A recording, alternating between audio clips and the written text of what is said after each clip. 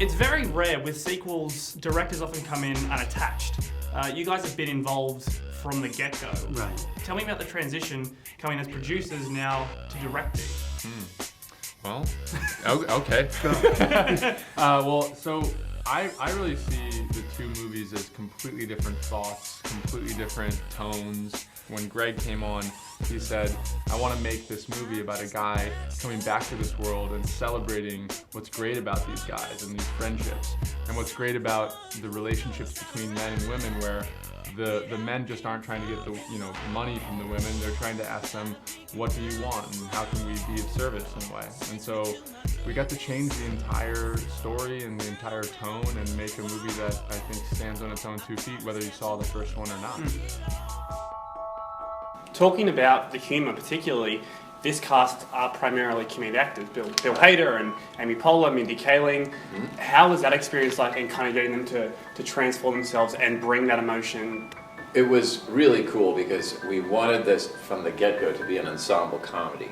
And so looking at all these very funny people, they brought so much to it, not only the performing, but the writing. Was it purely coincidence? I felt like there was some sort of NBC romance there. You've got Amy Poehler and Rashida, and then you've got Mindy and Phyllis. Was that just coincidence? It was. In fact, we sort of figured out, okay, so very early on, Bill Hader flew himself to Pixar just because he was a nut for Pixar. Yeah. Maybe you've read about that, and that's kind of how we met him, and he brought us to SNL to watch. And I years later realized, out of the whole cast, except for Lewis, they're all kind of connected in some way to that spark of SNL. Yeah. You talk about that you always dreamed to work at Disney. Did you think that now, with the work you've done with Up and Monsters, Inc., is it almost like Disney just have you on tab now when they have a big, massive project? They say, we've got to get paid on this. Well, at Pixar, first of all, we don't really have much of a revolving door between Disney and Pixar. They're kind of two separate studios, even though they're both run by John and Ed Catmull and John Lasseter. And I wanted to ask you this question, but before I do, is it true that you loosely based Buzz Lightyear off yourself?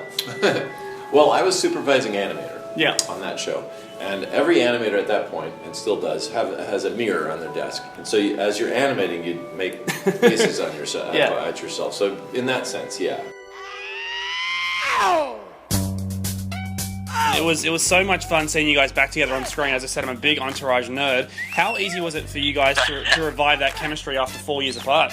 It wasn't. We kind of had it, had it on lockdown. It was very easy to kind of pull it back together. I watched a couple episodes to kind of get that feeling back, And the team you work with are obviously a very tight-knit, and I believe Jerry Ferrara was the best man at your wedding. That must be a testament to the friendships that you guys have made on the show. Absolutely. Kevin Conley was there as well. I would have had Adrian also, but someone took guys out of work, Do you consider the victory call a blessing or a curse? Oh, I look at it as a blessing. Oh, I love it. I do have random guys say, hey, give me a victory. You did it at your wedding, didn't you? Yes, I did. And I did it with a broken wrist, too. I don't know if you I didn't know that part. Yeah, I did a victory thing with my broken hand in the air. What, after the priest said you may kiss the bride? I think I did something when I was just hanging out with all the guys for a photo. Can I get a quick victory? Yes, you can. Victory! Schumer has obviously said, and you revealed on Howard Stern actually, that you kind of discovered her when you were listening to her on the show. What clicked in your head that you needed to get this girl in a room and talk shop with her?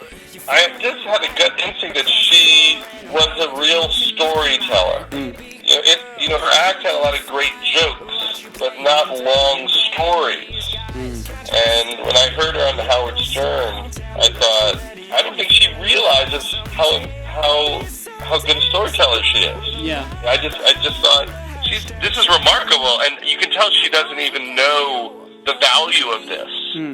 And I have to give special mention to John Cena and LeBron James. I did not realize how funny these guys would be.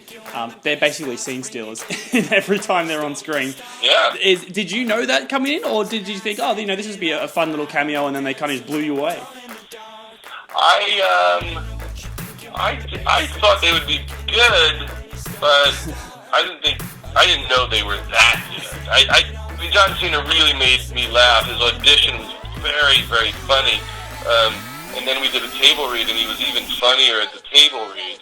And LeBron completely blindsided us with how hysterical he was. I mean, I thought this would work because anytime someone so mythic is next to one of us, it seems really funny, purely for contrast. But he showed up and was just, as loose and hilarious as anybody we work with.